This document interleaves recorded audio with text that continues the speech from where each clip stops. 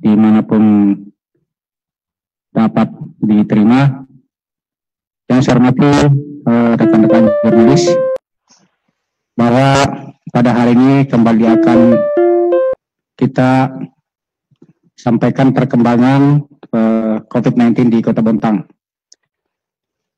Bapak Ibu sekalian, bahwa dengan era new normal,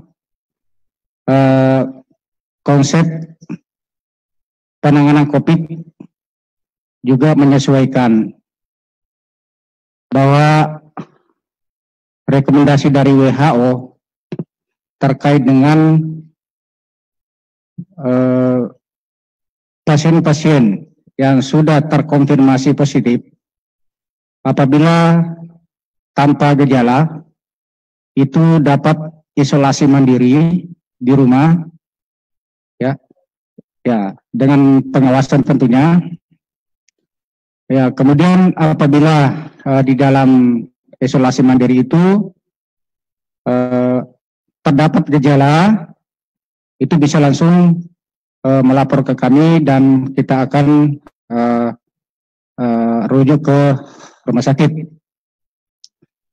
Bahwasanya selama dalam proses isolasi di rumah ataupun yang difasilitasi katakanlah di perusahaan, itu harus betul-betul seisi rumah itu, tempat isolasi atau karantina itu memahami betul ya kaidah-kaidah isolasi. Kalau misalnya katakanlah di penderita itu lupa akan dirinya, tidak pakai masker, tidak cuci tangan, tidak jaga jarak, kita yang mengingatkan mereka, yang tahu, karena pasti di dalam rumah itu pasti sudah tahu, dan tentu kita intinya itu adalah saling mengingatkan supaya di dalam rumah itu tidak ada yang terpapar, ya. Mungkin juga di tetangga tidak ada yang terpapar seperti itu, sehingga ya kita bisa sama-sama memahami supaya kita bisa memutus mata rantai terkait dengan transmisi lokal yang ada sekarang. Kemudian Bapak Ibu sekalian, kembali kami ingatkan, bagi kafe-kafe, tempat karaoke misalnya, perhatikan mic-nya. Ya, perhatikan mic, bawa hand sanitizer, kalau memang itu mau berkunjung ke tempat karaoke misalnya atau ke kafe, dan kami ingatkan bahwa bagi pemilik kafe, warung, mengingatkan anak buahnya, mengingatkan pegawainya, ya, untuk mengingatkan pada pengirim, ya, pada pengirim untuk memakai masker, menjaga jarak dan mencuci tangan. Saya kira ini kita sudah sampaikan, tapi kita tidak akan bosan menyampaikan hal ini, karena mungkin saja ya keenakan melayani sehingga lupa akan tanggung jawabnya untuk memutus mata rantai COVID-19 ini.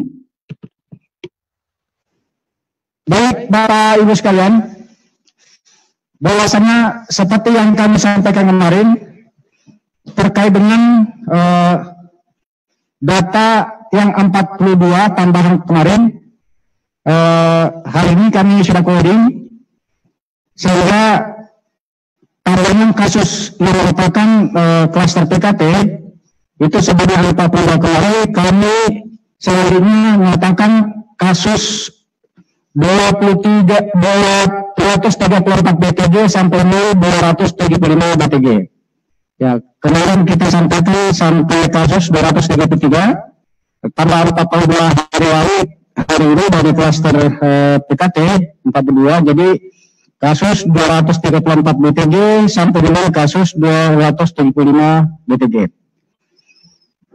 Kemudian Bapak Ibu sekalian, selain tambahan 42 kasus kemudian yang kita sudah kodam barusan, kami informasikan bahwa ada tambahan 2 kasus terkonfirmasi positif. Ya. Yang selanjutnya disebut sebagai kasus 276 BTG dan kasus 277 BTG. Jadi sampai saat ini kita di Bautan sudah ada 277 kasus yang terkonfirmasi positif COVID-19.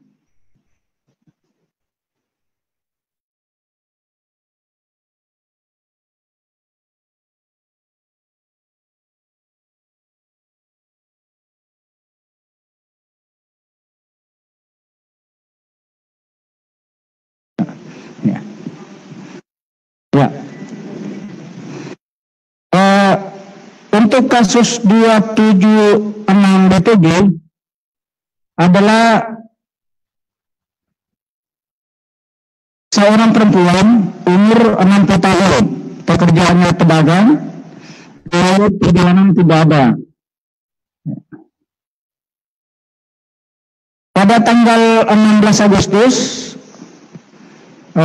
sekitar jam 5 sore, ya, kasus 276 BTG ini datang ke rumah sakit berobat ya dengan keluhan demam, nyeri perut, ada diare, kemudian nafsu makan menurun. Pada saat itu dilakukan rapid test antibody, ternyata dia reaktif. Pada pemeriksaan lanjutan pada hari yang sama dilakukan pemeriksaan foto toraks dan ada gambaran pneumonia, sehingga langsung dirawat. Pada tanggal 17 Agustus keesokan harinya itu ditetapkan sebagai suspek COVID. Tanggal 18 itu dilakukan pemeriksaan swab. Kemudian pada tanggal 19 sampai dengan tanggal 26 Agustus menjalani terapi ya di rumah sakit untuk memperbaiki kondisi tubuhnya.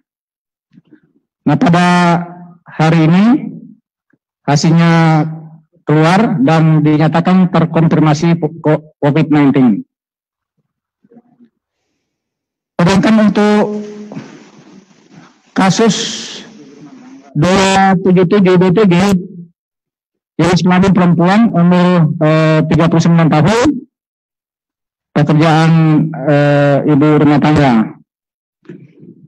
Kasus 277 ini merupakan hasil tracingnya dari kasus sebelumnya, ya, istrinya dari kasus 103 BTG.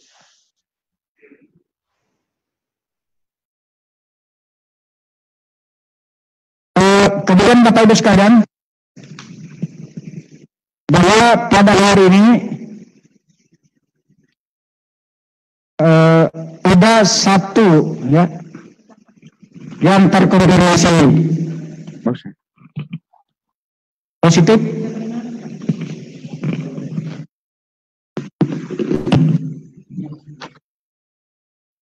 yang meninggal dunia pada tadi pagi, yang merupakan klaster dari PKT dengan jenis kelamin laki-laki, umur 55 tahun, riwayat perjalanan tidak ada, bahwa pada tanggal 1 Agustus kasus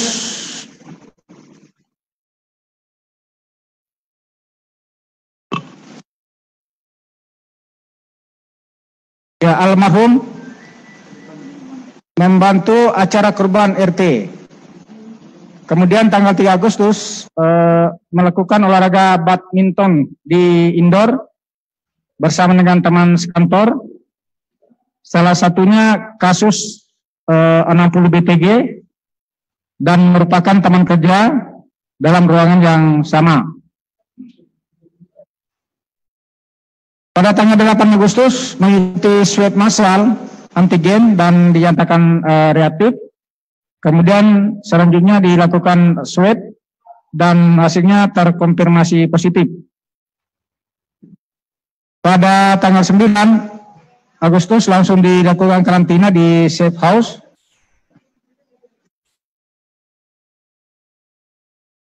Dilakukan swab kedua dengan hasil tetap positif.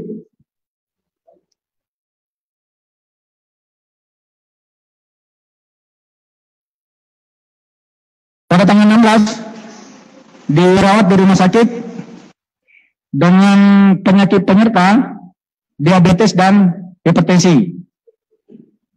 Tanggal 16 sampai 27 menjalani perawatan dan tadi pagi sekira jam 8:35 itu dinyatakan meninggal dunia. Bapak Ibu sekalian, teman-teman jurnalis, bahwa selama 2 hari berturut-turut sudah ada 2 kasus konfirmasi COVID-19 meninggal dunia. Kasus COVID, kasus yang meninggal ini ya dengan komorbid yang sama, yaitu penyakit diabetes dan penyakit hipertensi. Ya, untuk itu Bapak Ibu sekalian, kembali kami ingatkan bagi bapak-bapak, ibu-ibu yang sudah umur sekira 40-45 tahun ke atas harus istirahat hati-hati. Ya, kami kemarin telah mendata bahwa sekira warga masyarakat Bontang umur di atas 45 tahun itu ada sekitar 37.000 sekian. Nah, oleh karena itu Bapak Ibu sekalian yang umur 45 tahun ke atas, apalagi kalau sudah ada penyakit penyerta, ya katakanlah penyakit tidak menular, hipertensi, diabetes, jantung, stroke, kanker, penyakit asma dan seterusnya, untuk istirahat hati-hati, ya, jaga pola hidup, ya, jaga perilaku hidup bersih dan sehat, ya, karena kita tidak tahu, mudah-mudahan kita tidak terpapar dengan penyakit ini. Adalah merupakan kewajiban kita sesama di rumah untuk saling mengingatkan. Ya, jangan sampai ada di antara keluarga kita yang terpapar hanya karena kita tidak mengikuti protokol kesehatan. Ya, kami ingatkan kembali Bapak Ibu sekalian, adik-adik sekalian, jangan dianggap remeh bahwa sudah nyata 2 hari terakhir ini ada 2 orang yang terkonfirmasi positif yang meninggal dunia. Umurnya sama-sama 55 tahun, kemudian penyakit penyertanya sama, yaitu penyakit diabetes dan hipertensi. Mungkin sementara itu yang kami sampaikan, Bapak Ibu sekalian. Silakan teman-teman jurnalis kalau ada yang dikonfirmasi dan diklarifikasi. Terima kasih. Ya, baik. Demikian penyampaian Bapak. Kami persilakan selanjutnya kepada rekan-rekan jurnalis untuk menyampaikan klarifikasi, konfirmasi ataupun pertanyaan. Kita muda media, kami persilakan. Ya, Assalamualaikum warahmatullahi wabarakatuh.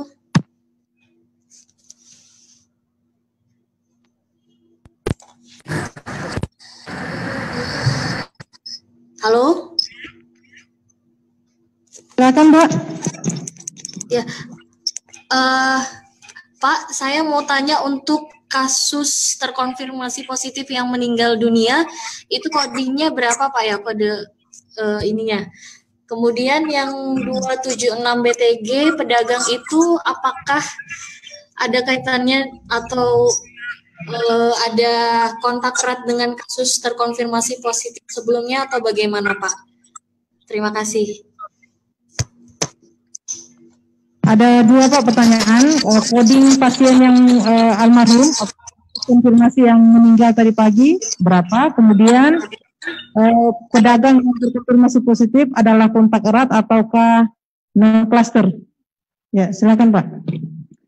Iya, almarhum yang meninggal tadi pagi adalah merupakan kasus dengan coding B51 BTG. Ya, terus yang satu, pedagang itu adalah non cluster.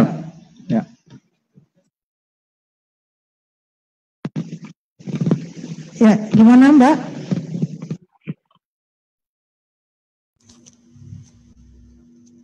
Oke, Kaltim Pos, kami persilakan Kaltim Pos. Ya, Assalamualaikum Pak Kadis. Pak. Ya, Mas Adil. Pak. Ya Pak, mau menanyakan juga Pak terkait perkembangan untuk pasien yang sembuh atau yang telah menjalani isolasi mandiri, apakah ada perkembangan Pak sejauh ini? Dan kemarin kan sempat terjadi ada data yang 90 sama 91 Pak ya. Nah kalau bisa ini Pak untuk codingnya juga sampai dengan kasus berapa Pak yang sudah selesai menjalani isolasi mandiri? Karena di rilis yang kami terima tidak ada codingnya Pak. Ada itu dulu Pak. Ya, makasih Mas Adil.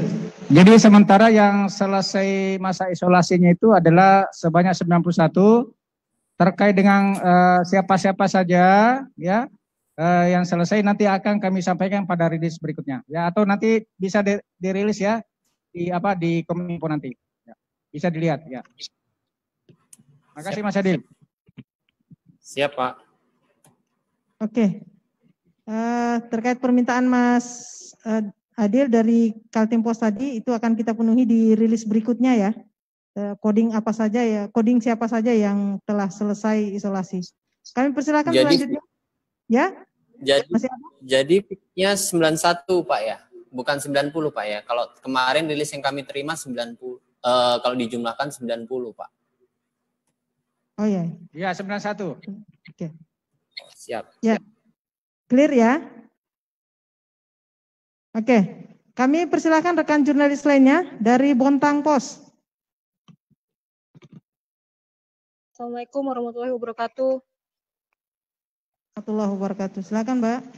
Iya Bu, tadi pertanyaannya sudah ditanyakan sama rekan yang KMM soal codingnya pasien yang baru saja diumumkan meninggal hari ini. Mungkin ini Bu juga Bu, saya mau perjelas yang tadi, soalnya suaranya pecah-pecah itu. Hari ini ada tambahan berapa kasus tadi Bu ya. Kemudian juga saya mau tanyakan soal ini kan udah ledakan kasus. Mungkin mau tahu apa sih kendalanya tim Satgas COVID belakangan inilah dalam penanganan COVID di Bontang. Mungkin itu dulu Bu. Terima kasih. Ya. Oke, ada 2 poin tadi ya. Berapa penambahan total hari ini Pak? Kemudian yang satunya apa yang menjadi kendala ya? Apa yang menjadi kendala dari tim Satgas ya ya? Ya, betul. Ya. Okay. Baik, tambahan kasus pada hari ini adalah 2, yaitu kasus 276 BTG dan kasus 277 BTG. Kendalanya adalah apabila kita menjumpai masyarakat yang tidak menjalankan protokol kesehatan yang baik dan benar. Nah, sepanjang kita bisa menjalankan protokol kesehatan, baik itu pelaku-pelaku usaha, ya, baik itu yang berjualan di pasar, kemudian yang datang membeli, yang datang ke kantor, ya, yang melakukan aktivitas ekonomi di luar rumah, sepanjang itu menjalankan protokol kesehatan, itu sebenarnya bukan suatu kendala. Karena dengan kerjasama seperti ini, maka kita semua akan saling melindungi. Intinya seperti itu saja ya Mbak Fitri, bahwa sepanjang kita semua patuh dan disiplin terhadap protokol kesehatan, itu tidak akan ada kendala. Ya, itu aja intinya. Nah, mungkin seperti itu ya Mbak Fitri.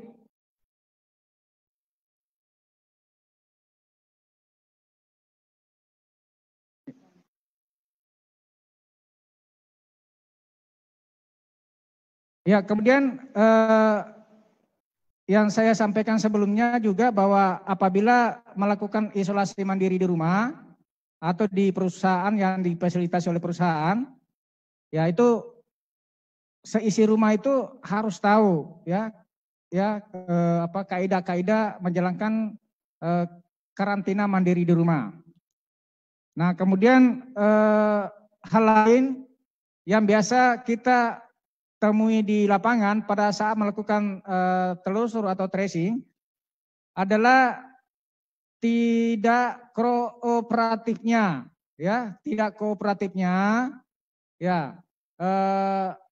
keluarga ya atau siapapun yang pernah kontak dengan yang bersangkutan.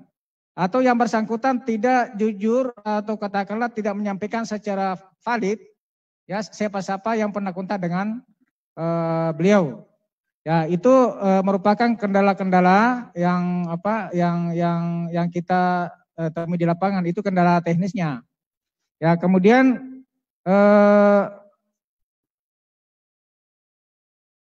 masalah teknis lain terkait dengan hasil PCR ya, hasil PCR-nya, hasil swab-nya kadang-kadang kita lambat terima hasilnya, sehingga tentu akan mempengaruhi tracing selanjutnya. Ya, itu hal-hal teknis yang kita sampaikan, yang kita temui di lapangan. Ya. Itu ya Mbak Fitri.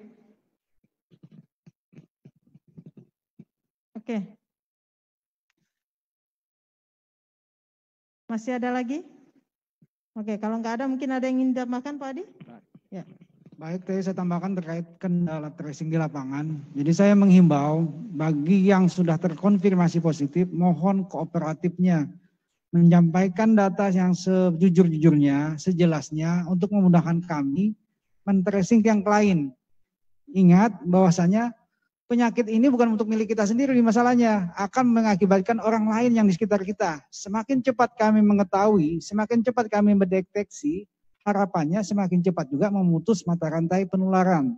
Itulah kenapa kami harus tahu rekam jejak pasien-pasien yang terkonfirmasi untuk melacak segera. Jika ditemukan, jika dideteksi, cepat pula untuk diamankan, cepat pula untuk diupayakan diselesaikan atau diputuskan mata rantai penularannya. Harapannya kalau sudah semua terdeteksi dengan baik, tidak ada lagi lanjutannya penularan yang berikutnya. Nah, mohon untuk segera berikutnya, apabila petugas kami menelpon, apabila petugas kami mendatangi, tolong diterima dengan baik, tolong diberi penjelasan dengan baik, informasi yang sebenarnya, informasi yang akurat tentang terkait rekam jejak, selama sebelum sampai disebutkan sebagai konfirmasi positif. Mohon bekerja sama dengan baik di lapangan agar COVID-19 di Bontang cepat juga selesai kita lalui bersama. Demikian, terima kasih. Assalamualaikum warahmatullahi wabarakatuh.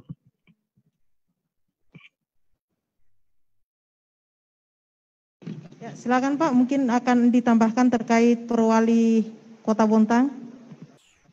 Ya, baik Bapak Ibu sekalian, bahwasanya setelah menunggu beberapa lama perwali yang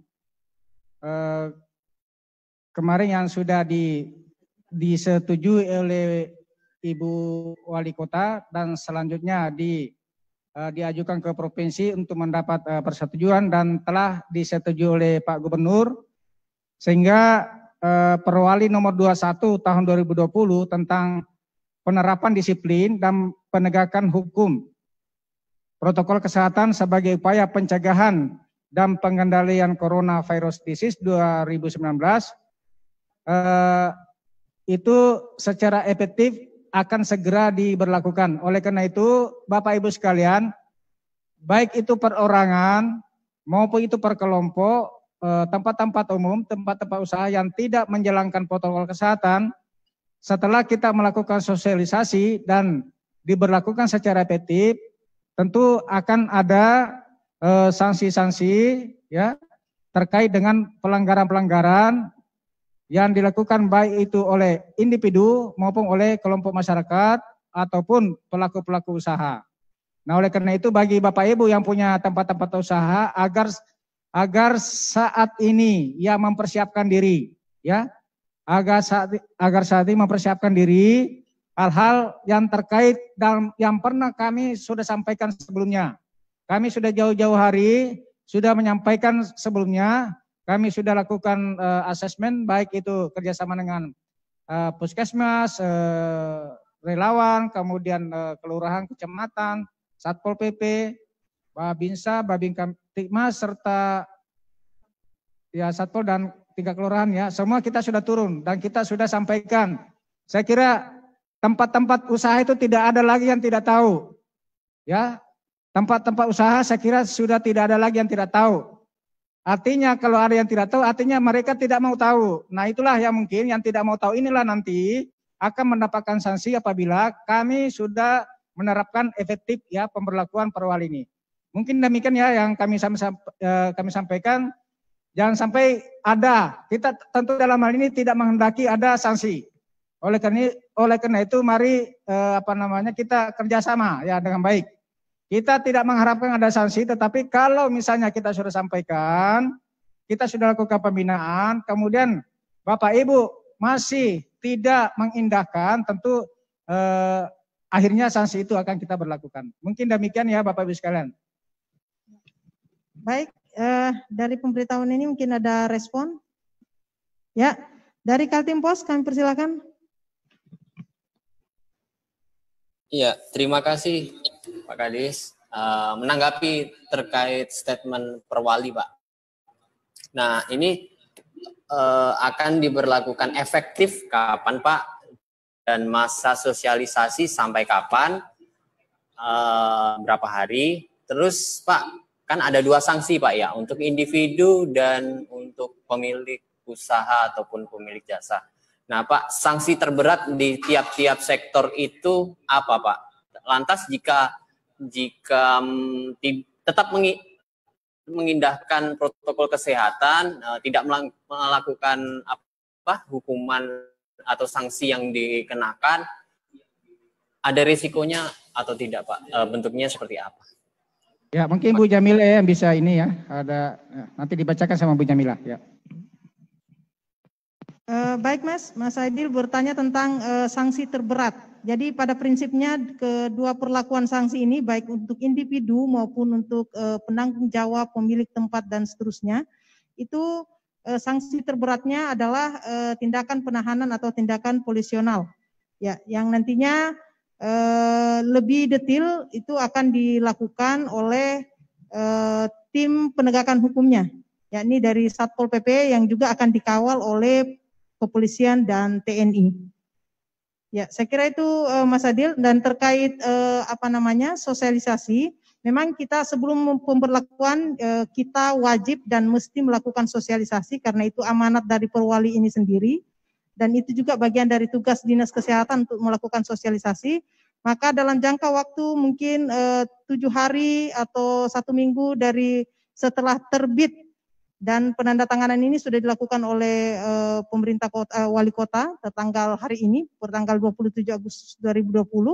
Maka setelah itu kita akan melakukan sosialisasi efektif dan di beberapa kali kesempatan sebenarnya sosialisasi ini sudah kita lakukan. Baik dalam konferensi ini ataupun di kegiatan-kegiatan yang dilakukan oleh berbagai lintas terkait unsur gugus tugas. Seperti yang dilakukan oleh kepolisian bersama TNI, melakukan aksi kampanye masker di tempat umum, di Pasar Rawa Indah, melakukan apel disiplin beberapa hari itu jalan terus. Begitu juga yang dilakukan oleh unsur lain seperti gebrak, masker oleh PKK, dan kita juga mengisi di berbagai komunitas elemen seperti di penggiat agama, pendeta, ya, kemudian guru mengaji, kemudian beberapa unsur-unsur pelaku usaha, pemilik hotel, penginapan dan seterusnya.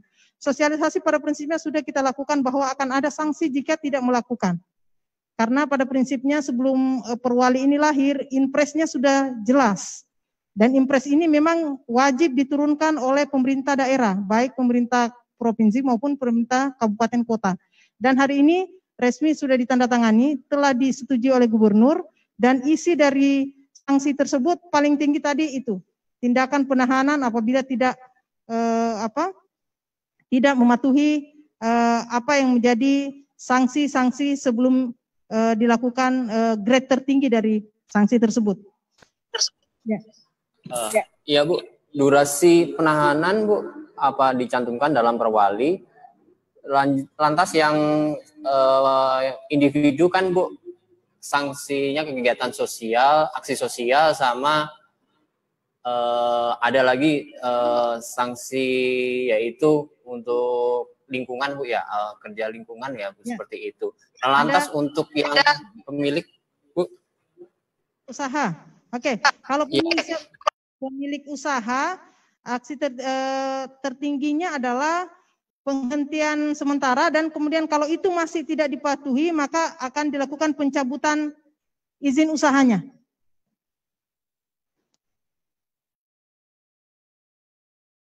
durasinya ada kah Bu? Penahanan tadi Bu? Ya. Durasi penahanannya dicantumkan kah Bu? Berapa lama? Kalau itu akan diturunkan lebih lanjut dalam petunjuk teknis ya. Dan itu akan lebih lebih menjadi domain pada rekan-rekan penegakan. Kalau domain kami lingkup Dinas Kesehatan adalah melakukan sosialisasi. Berarti efektif minggu depan Bu ya. Ini kan sudah ditandatangani wali kota dan disetujui oleh gubernur. 1 minggu atau 7 hari masa sosialisasi sesuai dengan amanat regulasi di atasnya. Nah, berarti efektifnya seminggu lagi Bu ya? Ya, bisa dikatakan demikian. Itu juga harus dilakukan koordinasi lintas terkait dulu dengan rekan-rekan yang stakeholder atau terkait dengan penegakan ini.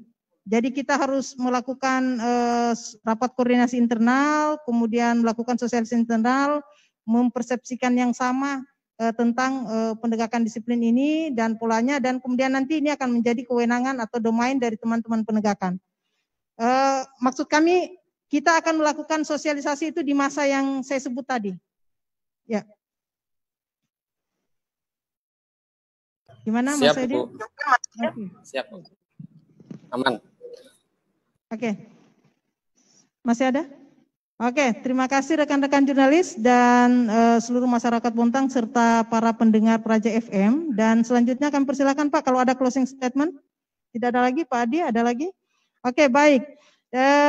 Seluruh warga masyarakat Bontang, kami tak hentinya menyampaikan dan selalu mengingatkan karena tugas kita adalah memang salah satunya mengedukasi masyarakat.